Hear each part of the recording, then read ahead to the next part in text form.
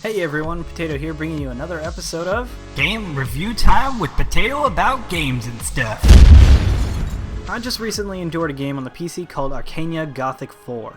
Now I'm just going to throw this out here as fast as possible. If you're the type of person who can be entertained by just pretty colors, then this game was tailor-made for you. Now what originally attracted me to the PC version of the game is their insane requirements that they want you to have. At bare minimum, they want you to have a 2.8 GHz dual-core 2 gigs of RAM with a GeForce 8800 GTX or higher. Recommended, they want you to have at least a 3 GHz i7 or 3 gig quad Phenom, 4 gigs of RAM, a GeForce GTX 295. Now my PC is just above these requirements at a 3.6 GHz quad, 8 gigs of RAM, and a 1GB HD 5770. And I was able to get a solid 60 frames at 1680 by 1050 with everything maxed.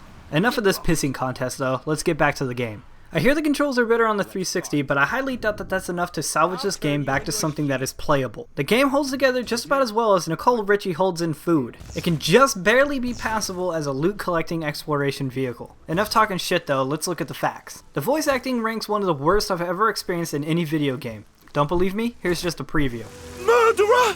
That was Murderer's favorite ox! She'll kill me! She'll kill me! Some power. Some magic power. You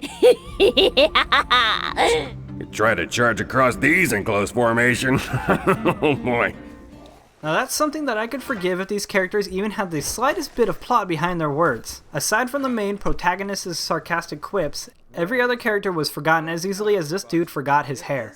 Hair, no hair. Hair, no hair. Fucked up hair, back to no hair.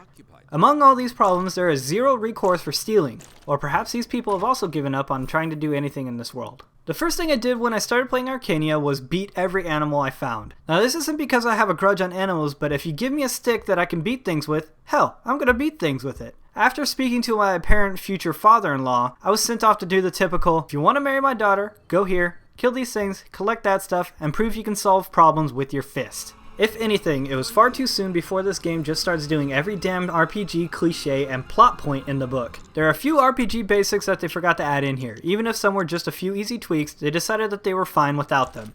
They were wrong.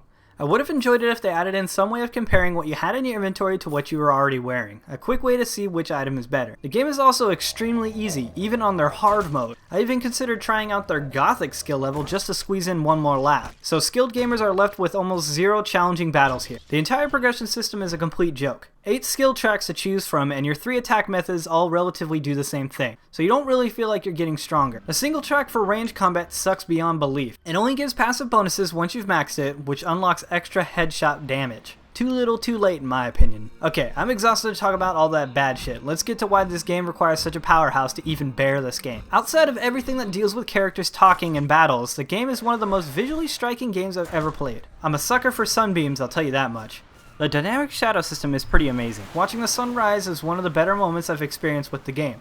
I really like the way they dealt with the trees and bushes when you walk through them. One of the bigger pet peeves I've had when playing games like this is that when you're walking through thick shrubbery you can't see anything. Arcania does a fantastic job dealing with this problem. There is a defined radius around your person that hides all the leaves and such so you can see where you're going. But once you leave, you can look back, you can enjoy the scenery once more. I will say though that my PC started to slow down a bit when heading further into the game when the forest and bushes got very dense. So those who have slower PCs and want to play this, keep this in mind when adjusting your settings. Sorry if this review is mainly just about technical stuff that I liked and disliked about this game, but seriously, there's no plot. Hell, I got so bored of this game that I only started up when I want a pretty screensaver. I couldn't take much more of this game after hitting level 11, so sorry if I can't tell you how it ends. You can make the argument that this was an unfair review, but really, this game wasn't going anywhere. I'm giving it a 4 out of 10 out of pity.